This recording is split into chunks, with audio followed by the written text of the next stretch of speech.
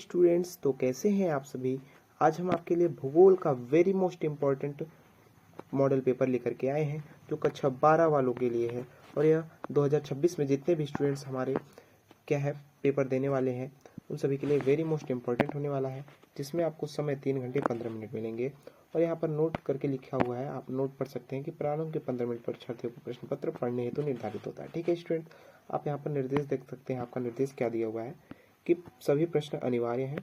फिर आपका दूसरा निर्देश है कि सब प्रश्न संख्या 1 से 8 तक बहुविकल्पीय प्रश्न है। फिर आपका तीसरा निर्देश है कि प्रश्न संख्या 9 से 16 तक अतिलघु उत्तरीय प्रश्न है। फिर आपका चौथा निर्देश है कि प्रश्न संख्या 17 से 22 तक लघु उत्तरीय प्रश्न है।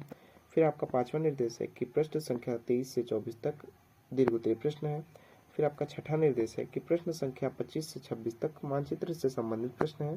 फिर आपका सातवां जो है उपयुक्त मानचित्रों एवं आरेखों द्वारा अपने उत्तरों की पुष्टि करिए, ठीक कीजिए। आप सीधा आप आइए अपने बहुविकल्पीय प्रश्न पर। आपका बहुविकल्पीय प्रश्न पहला क्या है, आप लोग यहाँ पर देख सकते हैं कि मानव विकास की अवधारणा निम्नलिखित में से किस विद्वान की देन है। तो यहाँ पर ऑप्शन दिया हुआ है कि प्रोफेसर अमित सेन, डॉक्टर महबूब उल हक, LNC सैम्पुल और रेडजेल। तो इसमें से आपका जो राइट ऑप्शन हो जाएगा आपका राइट ऑप्शन हो जाएगा डॉक्टर महबूब उल हक, दूसरा वाला। ठीक है, फिर आपका दूसरा प्रश्न है स्टूडेंट्स कि निम्नलिखित देशों में से किस देश में सहकारी कृषि का सफल परीक्षण किया गया है। तो आपका इसमें से रूस, डेनमार्क, भारत, स्विट्जरलैंड। तो इसमें से आपका राइट ऑप्शन हो जाएगा डेनमार्क स्टूडेंट्स। ठीक है, आपका दूसरा वाला राइट ऑप्शन हो जाएगा। फिर आपका तीसरा प्रश्न है स्टूडेंट्स कि निम्नलिखित में से कौन सा एक जलमार्ग मेक्सिको की खाड़ी में स्थित है। ठीक है, तो इसमें आपका ऑप्शन है विशाल झील, वोल्गा जलमार्ग, डेन्यूब जलमार्ग और एक मिसिसिपी जलमार्ग। तो इसमें से आपका राइट ऑप्शन हो जाएगा मिसिसिपी जलमार्ग, घ वाला आपका। फिर आपका चौथा प्रश्न है दोस्तों स्टूडेंट्स कि निम्नलिखित में से कौन तृतीयक क्रिया प्राप्त नहीं है। तो इसमें से आपका राइट ऑप्शन होने वाला है, देखिए पहला तो आपका मनोरंजन कार्य जो है तृतीयक, हलवाई कार्य का कार्य तृतीयक, चल अचल संपत्ति का क्रय विक्रय तृतीयक। आपका जो चीनी का उत्पादन है दोस्तों यह आपका द्वितीयक में आता है। ठीक है, तो आपका केवल दूसरा वाला यहाँ पर राइट ऑप्शन हो जाएगा, ग वाला। ठीक है, उत्तर विकल्प में।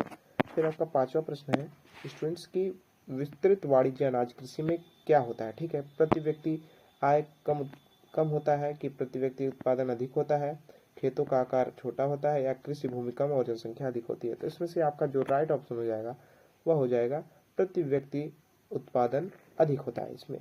ठीक है, इस कृषि में क्या होता है, प्रति व्यक्ति उत्पादन अधिक होता है।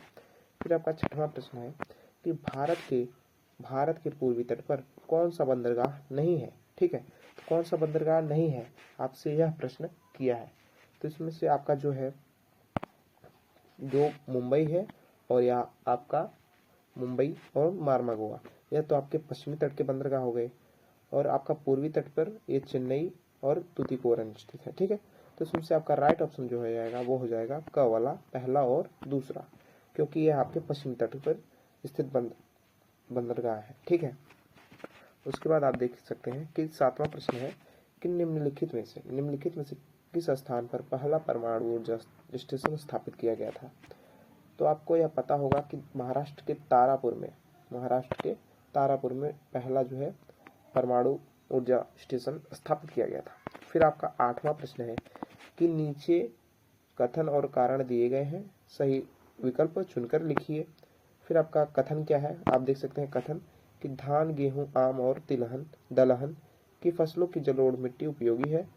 तो अगर ऐसा प्रश्न आपके एग्जाम में आता है तो सबसे पहले तो आपको क्योंकि लगा देना है। ठीक है, क्योंकि यदि आप क्योंकि लगा देते हैं तो आपका ऐसे ही आंसर निकल जाएगा। जानते हैं कैसे, देखिए कथन दिया हुआ है कि धान, क्या दिया हुआ है कि धान गेहूं, आम और दलहन की फसलों के लिए जलोढ़ मिट्टी उपयोगी है, क्योंकि यहाँ पर क्योंकि लगा करके जलोढ़ मिट्टी अधिक नमी के लिए प्रसिद्ध है।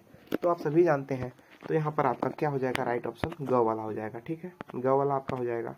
तो ग वाला में देखिए आपका क्या लिखा है कि कथन एवं कारण दोनों सही है एवं कारण कथनों की उचित व्याख्या करता है। फिर आपका स्टूडेंट्स आ चुका है अति लघु उत्तरीय प्रश्न। प्रत्येक का उत्तर देने पर आपको कितने अंक, आपका 2 अंक निर्धारित है, आप यहाँ पर देख सकते हैं। ठीक है, 2 अंक आपके निर्धारित है प्रत्येक का उत्तर देने पर। आपका पहला क्या है अति लघु उत्तरीय प्रश्न, पहला आपका दिया हुआ है कि रेडजेल के शब्दों में मानव भूगोल को परिभाषित कीजिए। ठीक है, मानव भूगोल को परिभाषित कीजिए किसके अनुसार? ड्रेडजेल के शब्दों में। और आपका दूसरा प्रश्न है कि जनांकीय संक्रमण सिद्धांत का उपयोग क्यों किया जाता है? तो जनांकीय संक्रमण का सिद्धांत का उपयोग क्यों किया जाता है, आपको यह बताना है। और आपका 11वां है कि मानव विकास के 4 प्रमुख घटकों के नाम लिखिए। ठीक है। फिर आपका 12वां प्रश्न है कि पंचम क्रियाकलाप क्या है। फिर 13वां प्रश्न है आपका कि आर्थिक दृष्टि से भारत की जनसंख्या को कितने भागों में बांटा गया है। उसके बाद आपका 14वां प्रश्न है कि दक्षिण भारतीय राज्यों में से किस राज्य में भौम जल का उपयोग कुल भूमि जल संभाव्य से अधिक है। इसके 2 कारण लिखिए। इसके 2 कारण भी पूछा है। और आपका 15वां प्रश्न है इसी तरीके से कि परिक्षिप्त यानी एकाकी बस्तियां किस प्रकार की होती हैं, ये भारत के किन राज्यों में पाई जाती हैं, इसको आपको बताना है। फिर आपका 16वां है कि धात्विक खनिज एवं अधात्विक खनिज में कोई 2 अंतर लिखिए। धात्विक खनिज क्या है और अधात्विक खनिज, इनके 2 अंतर आपको बताने हैं। फिर इसी तरीके से आपका अति लघु उत्तरीय प्रश्न आ जाता है और इसमें आपका प्रत्येक का उत्तर देने पर 4 अंक निर्धारित है। ठीक है, तो आपका पहला प्रश्न क्या है कि विश्व की 90% जनसंख्या केवल 10% क्षेत्र में क्यों निवास करती है, कारण लिखिए। ठीक है, इसमें कारण पूछा है आपसे। तो उसके बाद आपका 18वां प्रश्न है कि ऋणात्मक भुगतान संतुलन का होना किसी देश के लिए क्यों हानिकारक होता है। तो ऋणात्मक भुगतान संतुलन क्यों हानिकारक होता है, इसके लिए से आपको बताना है। फिर आपका 19वां प्रश्न है कि बाजारीय सब्जी कृषि नगरीय क्षेत्रों के समीप क्यों की जाती है, आपको यह भी बताना है। फिर आपका 20वां प्रश्न दिया हुआ है कि अलवणीय जल की उपलब्धता को सुधारने हेतु 4 विधियों का उल्लेख कीजिए या 4 विधियों को लिखिए। उसके बाद आपका है 21वां कि ऊर्जा के अपारंपरिक स्रोत कौन से हैं, ज्वारीय तथा तरंग ऊर्जा के विषय में लिखिए। ठीक है। फिर आपका 22वां प्रश्न है कि सतत पोषणीय विकास की कल्पना को परिभाषित कीजिए। सतत पोषणीय विकास।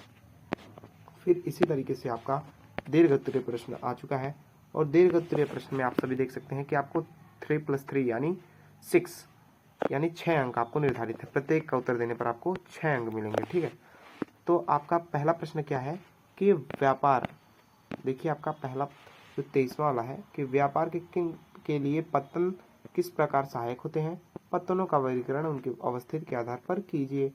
फिर आपका अथवा करके यहाँ पर दिया हुआ है। अथवा मतलब होता है, मतलब आपको दोनों में से एक का उत्तर देना होगा। ठीक है, अगर यदि आपको ये वाला प्रश्न नहीं आता तो आप दूसरा प्रश्न कर सकते हैं। तो आपका दूसरा क्या प्रश्न दिया हुआ है, 24वां वाला।